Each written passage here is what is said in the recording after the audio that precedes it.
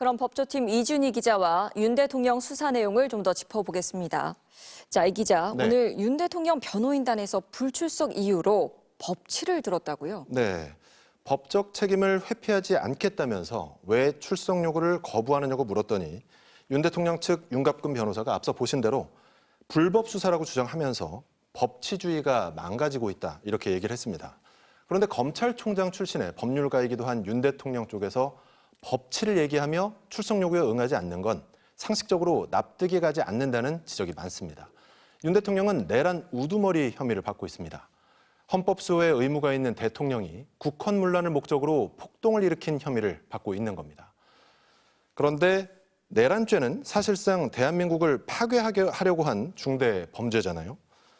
그런데 내란죄, 특히 우두머리 법정형은 사형이나 무기징역, 무기금고뿐인데 예. 헌법 질서를 거스른 피의자가 법치주의를 내세우면서 출석에 불응하고 있는 겁니다.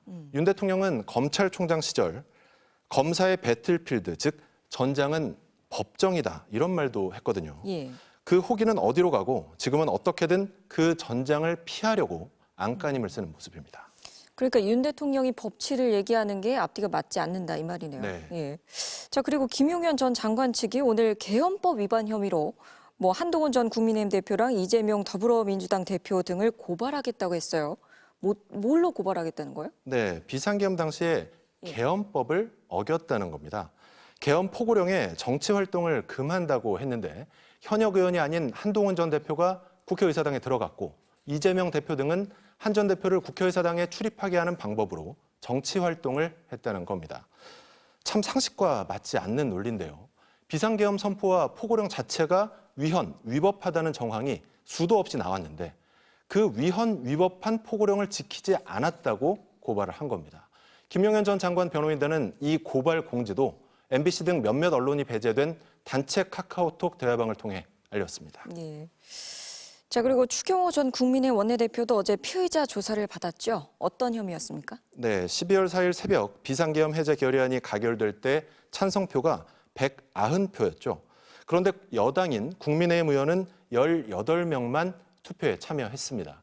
국민의힘 의원 대부분이 국회 본회의장이 아닌 당사에서 열린 의원총회에 참석했기 때문인데요. 이때 의원총회를 소집한 당시 원내대표가 추경호 의원이었습니다. 추 의원은 계엄 선포 후 윤석열 대통령과 통화를 한 것으로도 확인이 됐는데요.